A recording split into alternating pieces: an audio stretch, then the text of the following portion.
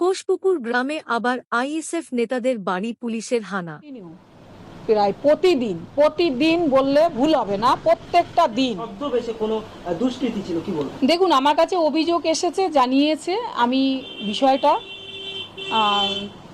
আমি থানার দ্বারস্থ হচ্ছি, থানাকে আমি জানাচ্ছি বিষয়ে মানে সত্যতা যাচাই করার জন্য। আদৌ কি সেই রাতে পুলিশ এসেছিল নাকি পুলিশের ছদ্মবেশে কোনো গুন্ডা বদমাশ শাসক দলের কেউ এসেছিল, সেটাও দেখার বিষয় আছে। এই অভিযোগটা কিন্তু বিগত দিন থেকে আসছে, সেটা আমাদের একটু দেখে নিতে হবে।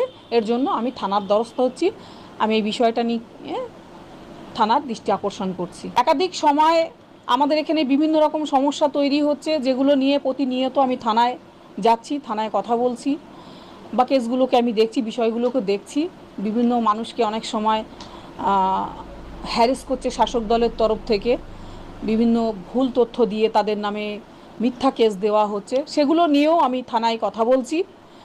আপনার উত্তর কাশীপুর থানা থেকে শুরু করে পোলেরহাট থানা, সব জায়গাতেই আপনি কেএলসি বলুন আর আপনার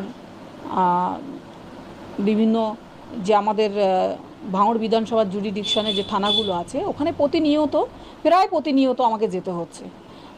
অনেক সময় মিথ্যা কেসে তাদেরকে অ্যারেস্ট করানো হচ্ছে, সেই কেসগুলো আমাকে দেখতে যেতে হয়। কখনো আপনি দেখেছেন, আপনারা নিশ্চয়ই জানেন, কখনো হয়তো দেখুন সকাল সন্ধ্যে ঠিক নেই, তখন রাত 10টায় আমাকে যেতে হচ্ছে, রাত 12টাতেও আমাকে থানায় যেতে হচ্ছে।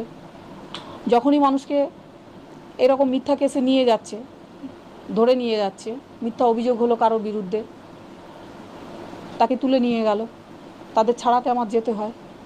দেখা যাচ্ছে রাত বাড়ি ফিরতে তখন রাত 10টা 11টা 12টা বেজে যাচ্ছে। একদম কন্টিনিউ প্রায় প্রতিদিন বললে ভুল হবে না, প্রত্যেকটা দিন আমাকে থানায় যেতে হয় এই মিথ্যা অভিযোগের জন্য।